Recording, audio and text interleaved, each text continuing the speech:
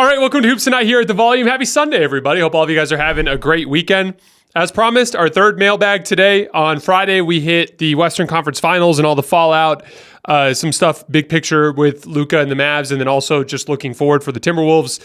You can find that on the feeds earlier. Saturday, we did an NBA Finals mailbag, just some kind of preliminary stuff before we get into our real prep starting next week on Monday. Today, all the mailbag questions that surrounded anything else, stuff about the non-basketball stuff about the rest of the league. We're fitting that into today's mailbag. You guys know the drill before we get started. Subscribe to the Hoops Tonight YouTube channel so you don't miss any more of our videos. Follow me on Twitter at _JasonLT so you guys don't miss show announcements. Don't forget about our podcast feed, wherever you get your podcasts under Hoops Tonight. And then keep dropping mailbag questions in those YouTube comments so we can keep hitting them throughout the rest of the postseason. All right, let's talk some basketball. So, first question. There has been a lot of talk about who the best player in the world is. After this series, it seems like most people would consider that to be Luka or Jokic. What is your criteria for judging what makes one player greater in a vacuum than another? Do you compare basic stats like points per game, rebounds per game, assists per game, etc.?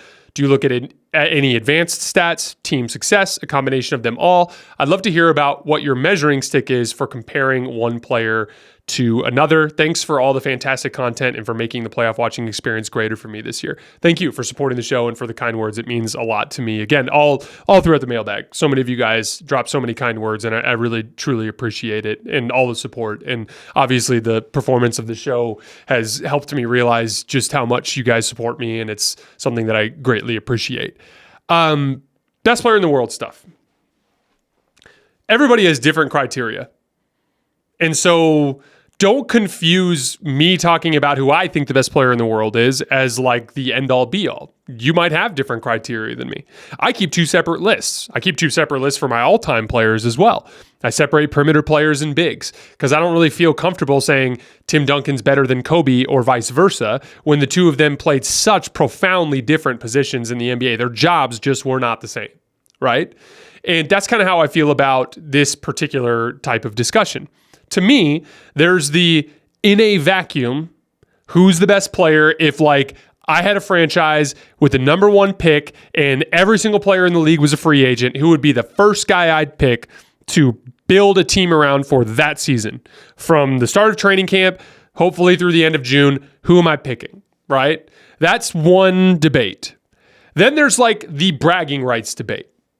That, to me, has nothing to do with any sort of specific, traits of a basketball player. It has everything to do with the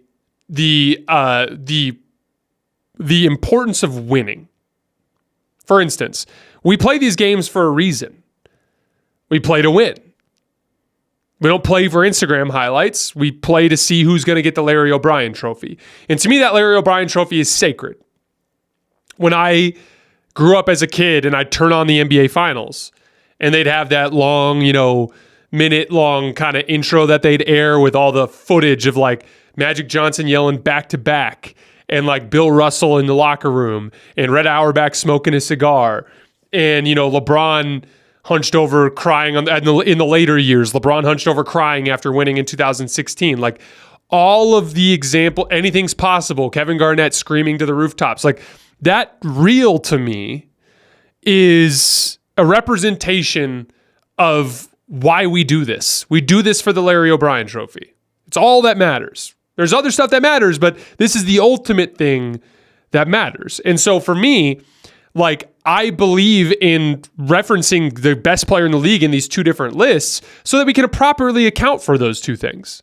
For instance, in a vacuum, I think LeBron James was the best player in the world from about 2012 to 2020. If I was picking a player to start a franchise with, he's the guy I'm picking every single time from 2012 to 2020. I thought he was the best. I thought a couple players got close, but I never thought a player actually surpassed him, right? But in terms of bragging rights, it's different, right? Like, I totally understand why some Warriors fans would be like, hey, what about Steph or KD? Or even Kawhi Leonard in 2019, right? Like, I understand why some fan bases feel like their dude had the bragging rights for that season. That makes sense to me. So that's what the purpose of the two lists are. How do we account for LeBron obviously being the best player in the world in 2019? Because like what happened in 2018 and what happened in 2020? 2018, LeBron was by far the best player in the world, kicked ass through the entire playoff run, had like 8 40-point playoff games, had a 50-point playoff game, and then ran into the KD Steph Warriors when he didn't have another top 15 player on his team, and he lost, right? But he was clearly the best player in the world. 2019, strains his groin, and misses the playoffs, right? Because he got hurt. 2020, he comes back, best player in the league, start to finish, should have won MVP, team started 24-3, dominated the playoff run, had a crazy efficient, high volume scoring and playmaking and rebounding playoff run, was also an elite defender that year, won finals MVP, was clearly the best player in the world, right? Like, he was the best player for that entire stretch. He just got hurt in the middle and was on a different team that didn't have enough talent after he went to Los Angeles before the Anthony Davis trade, right? But like, I understand why Kawhi would have the bragging rights that year. But if you were an NBA GM and you didn't know that LeBron was going to get hurt and he had just had that 2018 playoff run, you bet your ass you're drafting LeBron James over Kawhi Leonard to start the 2019 season. That's kind of why I keep those two lists separate. Now, the question is, if the bragging rights one is more focused on team results and again, just because you win doesn't mean you get that, in my opinion. In my opinion, it's like who played the best basketball that specific year, combination of all those things you just mentioned. Production in statistics, team success, degree of difficulty, all of that to me gets factored in on the bragging rights side of things. When it comes to the in a vacuum side, I'm actually less concerned about some of the statistical stuff. It's more like actually analyzing what that player is good and bad at. Because so much of the statistical output has a lot to do with what the team construct is. It's no different than Jokic being a better scorer in the 2021-2022 seasons when he didn't have Jamal Murray. But then when Jamal Murray came back, his scoring took a little dip as he offloaded some of those responsibilities. Like, that doesn't mean Jokic became a worse scorer. It's just a difference in the way the team was constructed, right? So, like, that's kind of the way I look at the in a vacuum piece. I'm more looking at traits. Now, I wanted to rank the traits for the purpose of this question. I wanted to rank what I think are the most important traits in a vacuum for a basketball player. Number one, no question for me, half-court shot creation. And the reason behind this is very simple. Defensively, you can scheme an elite defense. Just look at Luka this year or Jokic last year. Both of those guys are doing a good job defensively, but they're not elite defensive players. But both of those defenses were elite. Why? Because they were able to construct through coaching and a few pieces of good defensive personnel and effort, execution, and attention to detail for an entire season. Those two teams built elite defenses. It's a lot easier to do that than the opposite. If you've got, it is really, really difficult to replicate what Luka Doncic does in the half court. You can't just scheme. Like Eric Spoelstra can't turn Tyler Herro into Luka Doncic. Sorry. Right? So like for me, the ability in the slow down half court environment to consistently generate quality shots for yourself and your teammates, that to me is the number one trait I look at when I'm evaluating basketball players in a vacuum. Specifically, versatility. What that means is different types of matchups require different forms of offensive attack. So, Anthony Edwards, for instance, through the first 2 rounds, looked like one of the best offensive players in the world. Denver started doubling him towards the end of that series. He kind of crumbled a bit. Then Dallas presents some rim protection and perimeter athleticism issues. He completely crumbles, right? So, I shouldn't say completely crumbles. He was pretty good in the last couple of games, but like he was pretty bad overall in the series, right? So, to me, the versatility element says, regardless of which type of opponent I play against, can I consistently generate quality shots for myself and my teammates? And that to me comes down to like, can you attack in different ways? Can you function both as a playmaker and as a scorer if you need to? Can you deal with hyper-aggressive defensive schemes? Can you attack as an individual in different ways, like out of the post, out of ISO, out of pick and roll? Can you beat small guys and big guys? Can you beat strong guys and long guys? Right? Those are all the different types of versatility elements offensively that I factor in there. But half-court shot creation is unquestionably the number one thing on the list. Number 2, I put size, strength, and athleticism. At the end of the day, you get into these playoff environments, it gets super damn physical, and being bigger, stronger, and faster than people matters. This year, let's look at Luka. He's bigger and stronger than the vast majority of the perimeter players in the league, right? Nikola Jokic, bigger and stronger than the vast majority of big guys in the league. Steph Curry, again, every time you look at Steph Curry, he is the exception that proves the rule, both in NBA history and in a recent context. Anything Steph does, it just doesn't make sense in the big picture, so you just kind of have to pick Steph up and put him off to the side and discuss him separately, right? We've been consistent about that on this show. Giannis, bigger, stronger, and faster than every forward in the league, right? LeBron James in 2020, bigger, faster, stronger than most forwards in the league except for Giannis, right? 2019, Kawhi Leonard, bigger and stronger than most forwards in the league. Right? 2018 and 2017, Kevin Durant, 7-foot shooter. He's just taller than everybody, right? And then obviously the Steph piece, which is weird. 2016, LeBron. 2015, Steph again. 2014, Finals MVP was Kawhi. That's also a weird team. They're like the team version of Steph. You just pull them out and remove them from the equation, right? LeBron the years before that. Dirk was 7 feet tall. Kobe Bryant was one of the freaky athletic 2 guards in the league, right? So like again, you have to have real physical tools unless you're Steph Curry to win in NBA history. That's the second piece. Third piece, I put defensive versatility. There are a lot of problems that get presented in playoff series that only superstar defensive talents can handle, right? Like, we've seen this a lot over the years, but like when you have a superstar like Giannis that could show on a Devin Booker floater, bait him into a pass, and then recover and erase Ayton at the rim. That is a play that Giannis and maybe 2 other guys in the world can make. And it won them a finals game. Like, that is the type of defensive versatility that can shine through in a big way. LeBron James is a guy like this. Kawhi Leonard is a guy like this. Kevin Durant is a guy like this, right? To me, defensive versatility, the ability to impact the game defensively in multiple ways.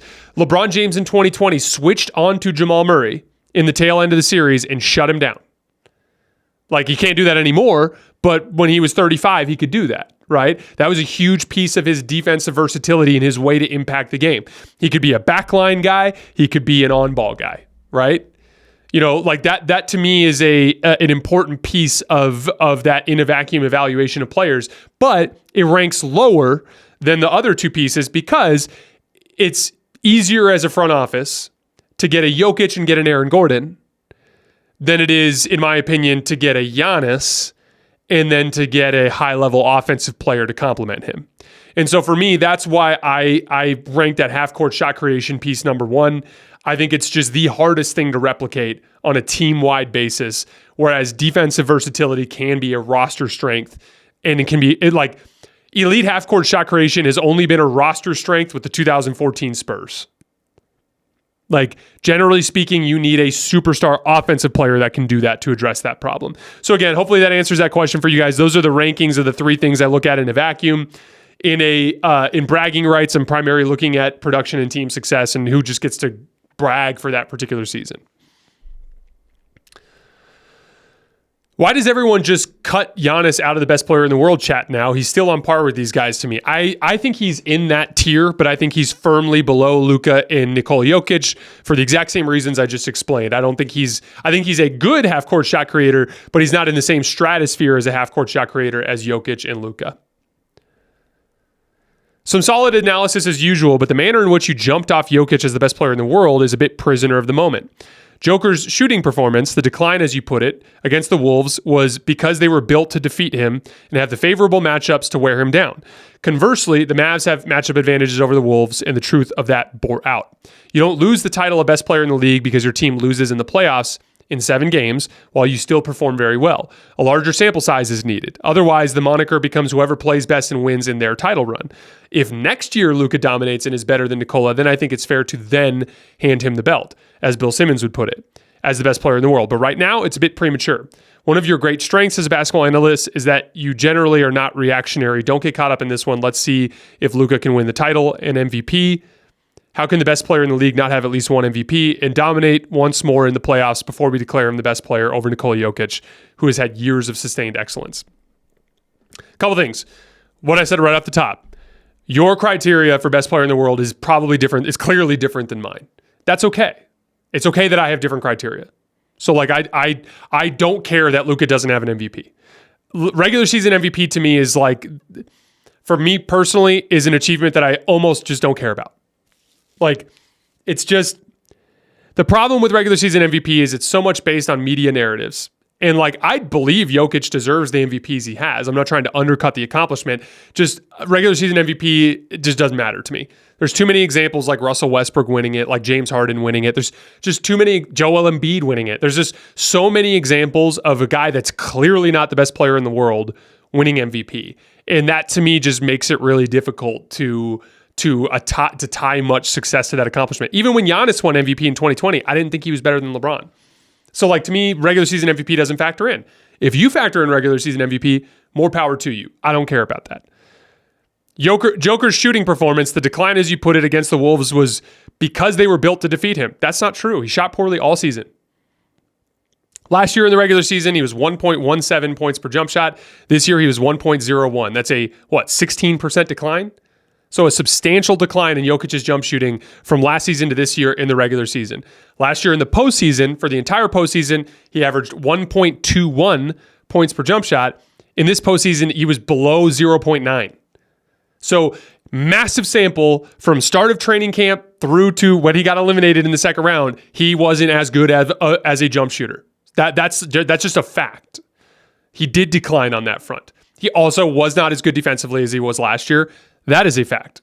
All you have to do is look at the fact that they couldn't get stops against Minnesota, a mediocre offense, when it mattered in big games. They had a 116 defensive rating against Minnesota in those 4 losses.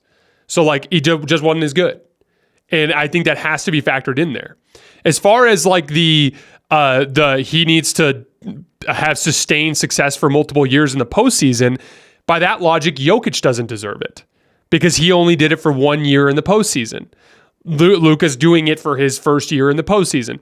To me, I'm giving it to Luka because in this particular postseason run, Luka Doncic played better basketball and achieved more. And so for this season, he gets the bragging rights. In a vacuum, I still lean Jokic a little bit. And we'll see how I feel about that when we get into the summer.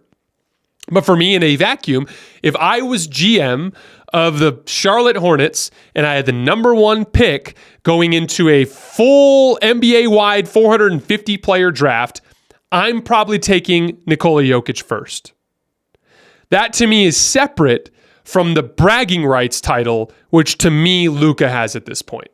Because he just took the team that didn't just beat Denver, but shut down their offense, which is Jokic's strength. Luka eviscerated them. He averaged 12 additional points per 100 possessions against that Minnesota defense than Jokic did. He deserves it for now in terms of bragging rights. That hopefully will kind of explain where I stand on those things. And you're right, like kicking a player off of the vacuum list, that's going to take a lot more sample size for me. But the bragging rights list is very much a year-to-year thing. I had Luka Doncic 10th in my bragging rights list last year. 10th. Do I think Luka's the 10th best player in the world? No, but he missed the playoffs last year. And Jimmy Butler took his team to the finals. Jason Tatum took his team to the Eastern Conference Finals. LeBron James took his team to the Eastern Conference Finals. Like, all those guys accomplished more last year. So they just were higher in the bragging rights list for me. We're this close to crowning a new NBA champ, and with the action heating up on the court, it's even hotter at DraftKings Sportsbook, an official sports betting partner of the NBA. There's only so many games left, and DraftKings Sportsbook has you covered with same-game parlays, live betting, odds boosts, and so much more. Don't miss out, or you'll have to wait until next NBA season to place your bets. It's super easy for first-timers to get started. Try betting on something simple, like picking a team to win. Go to the DraftKings Sportsbook app, select your squad, and place your first bet. It's that simple. The odds for the NBA Finals are up on DraftKings right now. You can get Boston at minus 220 to win the title. Dallas is at plus 175. New to DraftKings, listen up. New customers can get a no-sweat bet up to $1,500. Just deposit at least $5 and you'll get a bonus bet back equal to your first bet if it doesn't hit. Download the DraftKings Sportsbook app now and use code HOOPS. That's code HOOPS, HOOPS, for new customers to get a no-sweat bet up to $1,500 if your first bet doesn't hit. Only on DraftKings. The crown is yours. I don't have a question. I just want to say I'm a real hoop head. And when I found you a few years back, when you were just getting this thing going, I was super excited to hear someone talk about the game in a way that I had been waiting for.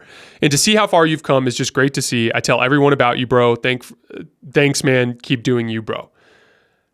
This comment meant a lot to me. When I started this show, I had this, I had this like belief system in place where like I wanted to talk about the game the way I wanted to talk about it. But I was worried that it might not perform super well because it's a little more niche, right? It's a little bit more in the weeds. And I wasn't willing to do the stuff that so many other shows out there do in terms of like just countless LeBron MJ debates and who's under more pressure and like all those like classic first takey type of headlines, right? I didn't want to do that. And I was really nervous that I'd have a hard time getting the show off the ground because of that. And to see me start this show and to not compromise on any of that stuff, like does my team behind the scenes package and make thumbnails and titles that are a little clickbaity? Yeah, but that's just smart business. I've never built a show like that. That's just smart business that they do that. But like, to me, the actual show I've never compromised on. I've only talked about the game that I want I've only talked about the game the way that I want to talk about it. And to see it have success and to see where we've gotten to has just like literally been everything to me, because that means that my vision for what the show should be like was actually capable of being a real show that actually had a little bit of a following. And so what it means to me is that there's a lot of you guys out there that love basketball as much as I do. And that to me is incredible, because I love the game so much. It's literally everything that I have came from basketball. Like, I got my school paid for by basketball. A lot of my travel over my life has been because of basketball. My knowledge and understanding of the game, most of it comes from playing basketball, right? Like my love of basketball has given me everything I have. And so like to see that get returned in the form of the support of this show has just meant everything to me. And to hear comments like that and to know that you guys wanted to hear analysis like this, it makes me feel vindicated for believing that this is the way that the game should be talked about. So just thank you all for supporting the show. And like, again, I can't put into words how much I appreciate you guys for helping the show get to the point where it's at right now. Hey, Jason, love watching your analysis. So I wanted to ask, with all of these rumors of the Warriors trading Wiggins, do you think it's the right move, with all these elite guards lurking in the West, to give up on the only point of attack defender who's been able to keep the force of Luka at bay? Or should they put him in the Jaden McDaniels, Lou Dort role, move him to 2 and add a big who can shoot to add size? So I've seen a lot of Warriors fans talk about potentially trading Andrew Wiggins, and I disagree in the sense that, for 2 reasons. One, I think Andrew Wiggins' ability to defend on the perimeter is a profoundly valuable trait. His athleticism in general is a profoundly valuable trait. And lastly, for all of his struggles, his trade value is not very high. So like, it's not likely that you can actually get much back for Andrew Wiggins that would replace the things that he's pretty elite at. So I would look for moves on the margins, and I would try to not include Andrew Wiggins. As far as playing him at the 2, I think that you need another shot creator. And so if you moved him at the 2, to me, that would require you to have a 3 out there that can really run offense. What you can't do is go back into next season where Steph's the only guy on the team that can create his own shot. That, to me, would be a disaster. How often do you attend live games? And are you planning to attend the finals? Stumbled across your vids this postseason. Love the work you put into them. So, not going to the finals, but we are planning on trying to attend more games next year. I think our plan is to at least go to the in-season tournament next year. My guess is in the long run, we'll go to more games, like when we talk about like 5-10 years in the future. But so much of it just has to do with like the volume's growing really fast, and we're still kind of working through all of that. Like, I'm still recording the show in my guest bedroom. So like, we'll see how that turns out in the long run, right? So like, again, right now, this is kind of the format that works. We will go to more events, not going to the finals this year, but in the long run, we'll see if we end up at more of that stuff. What did you think of Sam Presti's comments on trading for Gordon Hayward? Do you believe more GMs do you believe more GMs should take accountability like this more? Great content. Keep up the great work. So the comment from Sam Presti basically just said he missed on that Gordon Hayward trade. One of the things that I appreciated about it, there's this I didn't even really realize this until I started in this business. There's this belief, I've seen it from fans, where it's like there's this expectation that basketball is just easy to figure out and that the solution is just obviously right in front of you. And that you should just, if you make a mistake, it's a sign that you're incompetent. I could not disagree more. Like, sports has such a variability element to it, right? As a Lakers fan, I experienced this personally.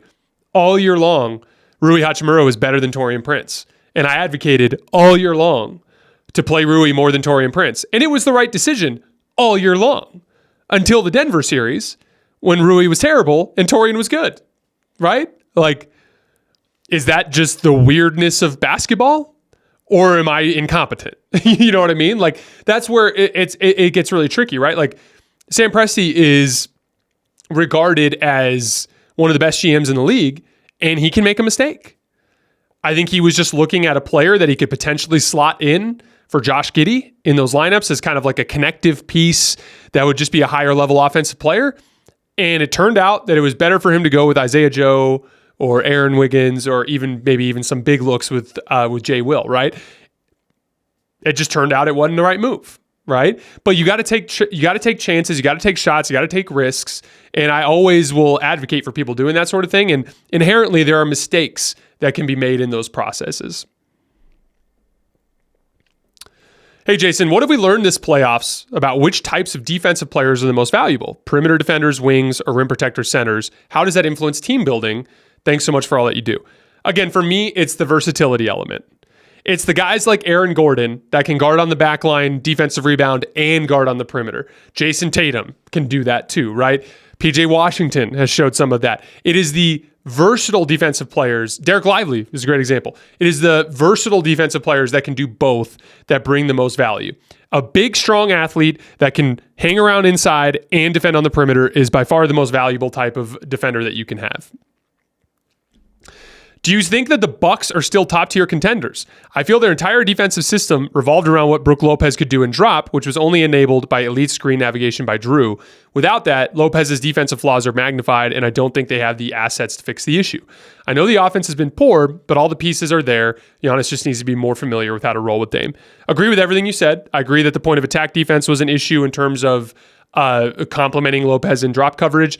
100% agree about Giannis and Dame just kind of needing more reps, figuring out how to play together. I would use Dallas as an example of optimism if I was a Milwaukee fan.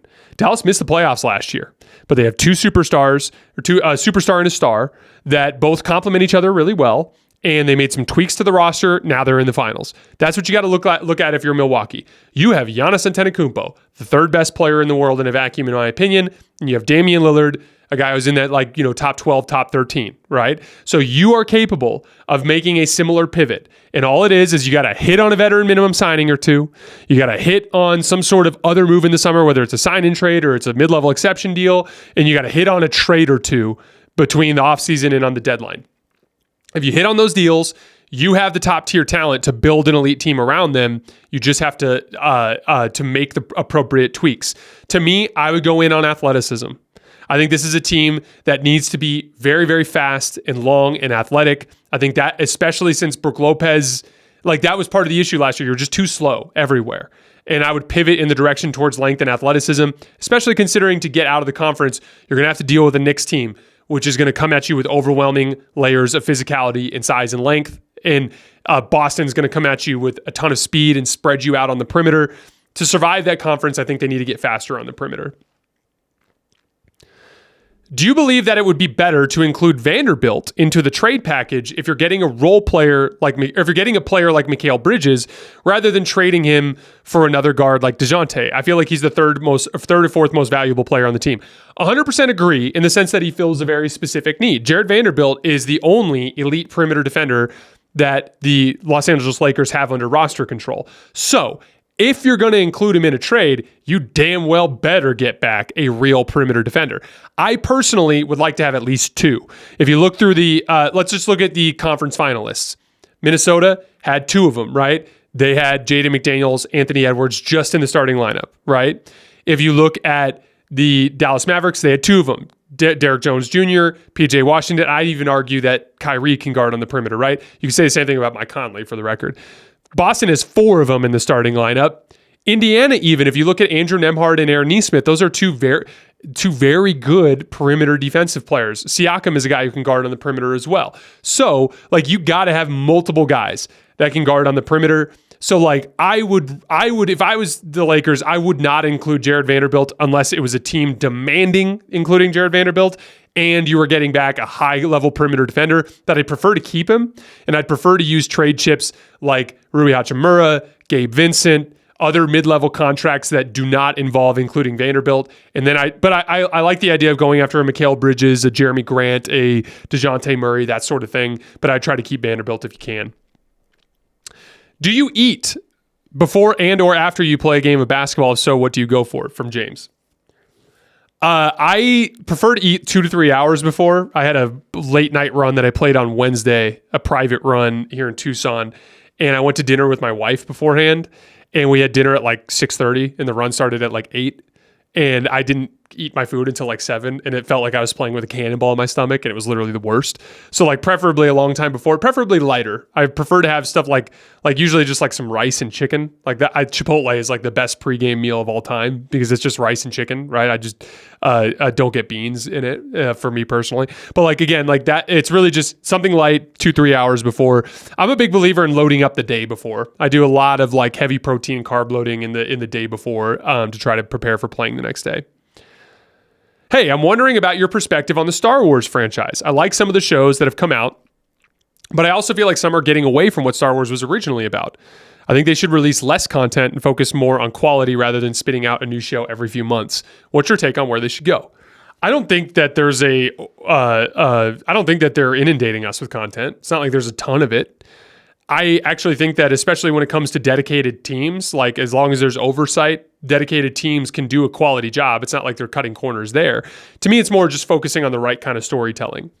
To me, Star Wars, what makes it great is there's a very basic good versus evil, and then there's deep lore building.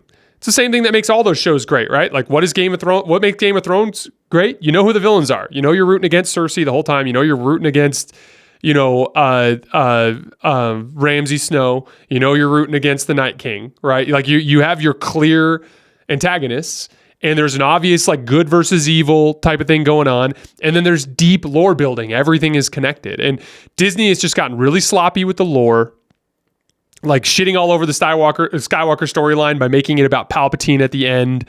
Like they literally destroyed the entire Skywalker storyline by reincarnating or saving Palpatine and making it about Rey and Palpatine, right? Like that was stupid. That was shitting all over the lore, right? Stupid things like for cool special effects, they'll have the Millennium Falcon hyperspace jumping in between buildings, like in Revenge of the Sith or in Rise of Skywalker, when literally in A New Hope, in the very first Star Wars movie in 1977, there's a scene where Han Solo's talking to Luke, and Luke goes, "Why don't you just jump to light speed?" And Han goes, "If I don't calculate first, there will be bits of us scattered all over the galaxy." Like, because if you travel at the speed of light and you run into something bad would happen. So like, why is it that was established in 1977? And then it's like, oh, but it'd be cool for CGI if the Millennium Falcon just appeared right in between some buildings flying around. Like, that's the kind of stuff that Disney's dropped the ball on.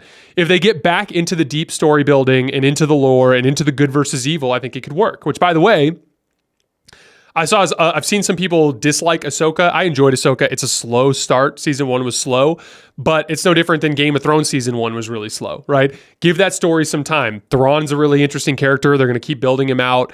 There's all that interesting stuff going on with Baylan Skoll and Ahsoka and all them in that other galaxy. Like Ahsoka season 2, I think is going to be more fast-paced and a little bit more interesting, right?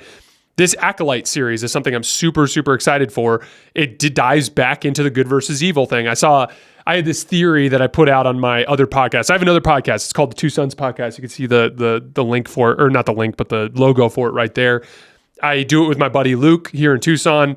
We cover all that stuff, TV series, movies, all that kind of thing. Star Wars is Star Wars is my favorite bit of nonfiction. So that's what we spend a good amount of our time on.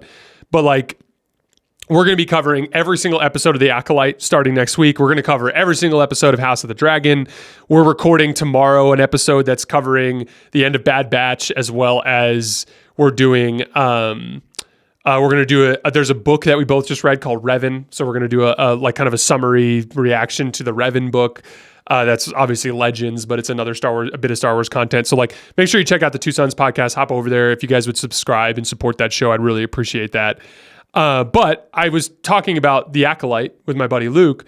And in that show, I was hoping for them to get into some of the history of the Sith, which is by far my most interesting element of the Star Wars universe. I'm really fascinated by Palpatine's grand plan to overthrow the Republic, right? I find it super fascinating. It dates all the way back to Darth Bane destroying the Sith, going into hiding, and trying to take over the galaxy with subterfuge rather than through force of arms, right? That's, if you've ever read the Darth Bane books, you know what I'm talking about. But The Acolyte, I think, is going to target that concept. And I had a theory about that. And then I saw an interview yesterday that the Star Wars Instagram feed released where Dave Filoni was interviewing the director. And he's like, so tell me about The Acolyte. And she's like, I've always been fascinated by the Sith and the idea of an apprentice who craves their master's power and needs to go find a new apprentice so that they can do that. And I was like, yes, like this is exactly what I want from a Star Wars show. So I'm very, very excited for The Acolyte. I most importantly, now that Dave Filoni is their creative director, Dave Filoni is someone that I think has the appropriate amount of respect for what makes Star Wars great. And so I think that we can kind of take the 2015 stretch to now and all of the stuff that they botched with the sequel trilogy and some of the weird stuff they've done. I think we can kind of just put that to the side. Now Dave Filoni has real authority to fix stuff. Let's see if Dave Filoni can right the ship here. You said early in the season you would not change the Nuggets starting five. After losing to the Wolves, do you still believe it should be those five? And what changes would you make overall to the team come back better next season? I would try to run it back. They were up 20 in Game 7. You win that game, I think they beat Dallas, and I think they're in the finals. And I think they would have beat Boston. Don't overthink it. You got a bad matchup, and you still had them on the ropes. You just blew it. And Jamal Murray didn't play well. He was also injured. And Jokic had a bad shooting season and wasn't as good defensively. I think both of those guys are going to come back way better next year. I think they're going to come back as the hungry team. So, like, I wouldn't tweak anything. That said, there's some of the realities of the roster situation. It's very possible that Kentavious Caldwell-Pope ends up being poached by another team. We'll see. If they do, then obviously you're slotting like a Christian Brown into that spot. But I'll be curious to see if they are able to kind of replace him with a more of like a league average type of replacement player. That said, in terms of who I think they should be looking to add, I think the main piece that they need is they need another offensive player that can compromise the defense through dribble penetration. One of the issues for Denver was they initiate through two-man game and through Jokic's ability to impose himself physically in the post. Jaden McDaniels and Anthony Edwards erased Jamal Murray from that series for the most part, and Nikola Jokic was just getting overwhelmed by size on the inside. Another way to compromise the defense is through dribble penetration. Denver just didn't have a guy who can do that. Last year they had Bruce Brown. They didn't have that this year. So like I would be looking for an athletic guard that can beat somebody off the dribble, because if he can beat somebody off the dribble, that's just another way for them to have some more resilience on offense. What's up with the sunglasses? New style. So I've had sunglasses on for a couple of these episodes, just holding my hair back. To make a long story short, I've never had hair this long, and I'm trying to figure out how to do it. My hair is super curly, thanks to my mom, and I have literally no idea what to do with it. So I'm learning. The sunglasses, they just hold it back for right now. I don't know if I'll end up, I'm not going to get into the specifics, but I'll try a few more things. But something that's like something about me, I am very much a practically minded person. Practical, like I'm obsessed with practicality. I want things to be convenient. I like things to be easy. And my hair is irritating the shit out of me. I've been growing it out for like 9 months though, so I'm not about to cut it right away. I'm going to try to see if I can make it work. But like, if it's a few months from now and I'm still struggling, like I'm going to cut it just because like I hate dealing with inconvenient shit, like constantly having to do stuff with my hair. But yeah, the sunglasses, I'm just putting them on my head to hold my hair back. I'm aware that it's tacky. I'm trying to figure it out, but just bear with me as I try to work through this new phase of hair problems. You touched on a couple of videos ago that every series should be looked at in a vacuum.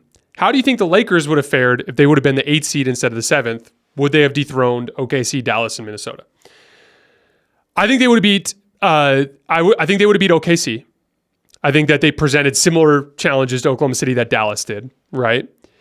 I think that specifically one of the things that the Lakers could have done to OKC's front line that even Dallas couldn't do is Anthony Davis can just bully his way around the basket against that front line. And I think that that would have caused a lot of problems. I think the Lakers would have beat OKC. By the way, I was consistent about that all season. I thought the Lakers were the 5th best team going into the postseason run, and I thought that they should have. I thought that they would have beat Oklahoma City.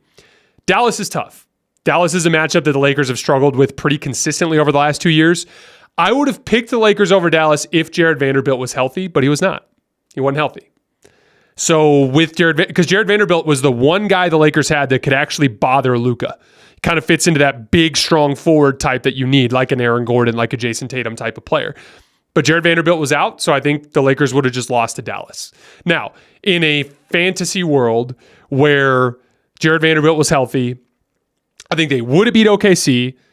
It would have been roughly a coin flip to beat Dallas. I probably would have picked the Lakers, but it would have been close. And then Minnesota, I think the Lakers would have beat Minnesota because I think Minnesota would have struggled against the Laker defense for the exact same reasons that they struggled against the Dallas defense. But the Dallas matchup is just really tough. The Lakers have struggled with Luka pretty consistently. And because Vanderbilt was injured, I think even if they were the 8th seed, they would have lost to Dallas. A lot of Team USA players didn't go on a deep run in the playoffs. For example, LeBron, Steph, KD, Anthony Davis, Embiid. Will that rest help Team USA? Absolutely. Not just the rest, but also the competitive motivation. Not being able to compete for a championship will make them want to compete for this this Olympic trophy. I have a feeling that the Team USA is going to go on a crazy run. I think that they're going to dominate, and I think they're going to win the gold. I think that this is going to be an opportunity for the American basketball players to prove that even though the world is catching up, that as a country individually, they are still head and shoulders above the rest of the teams individually. Now, I think if we combined all the players of the world into a single world team against USA, that's where it gets tricky, right? Because now we're talking about Luka, Jokic, Giannis, like that could get really tough really fast. Shai Gilgeous-Alexander's on that team, right? But and that would get complicated. But in terms of individual countries, no country in the world can hold a candle to Team USA, and I think they're going to demonstrate that this year. Should Anthony Edwards start over Jason Tatum in Team USA? No. I think Jason Tatum should play the 2. I would go Steph, Tatum, KD, LeBron, Anthony Davis. That would be the lineup that I'd use. And then in specific matchups against really big front lines, guys that like Jokic in Serbia, that's where I would play Embiid because I think Embiid matches up better with Jokic. But I think alongside other stars, AD is a better player. And I think Tatum's better than Anthony Edwards in a vacuum, but especially within the context of playing alongside the other stars, I think Tatum would be the route to go. But I mean, Steph, Tatum, KD, LeBron, AD, they should beat the shit out of everybody. That's a legendary team. I'm very lucky the Volume sending me out on Wednesday in July, right before the Summer League, to see a scrimmage for Team USA versus the Canadian national team. Very, very excited for that. I think that should be a fun game, especially if Jamal Murray plays, because it'll be Shea, Jamal Murray, Dylan Brooks. Like that should be a really fun game to watch. All right, guys, that is all I have for today. And we're going to be back on Monday morning covering some the first side of the ball for the NBA Finals. We'll be covering Boston on offense, film, and everything. Then we'll get into Dallas on offense on Tuesday, and then we'll get into some interview stuff on Wednesday. As always, I sincerely appreciate you guys for rocking with me and supporting the show. I'll see you on Monday.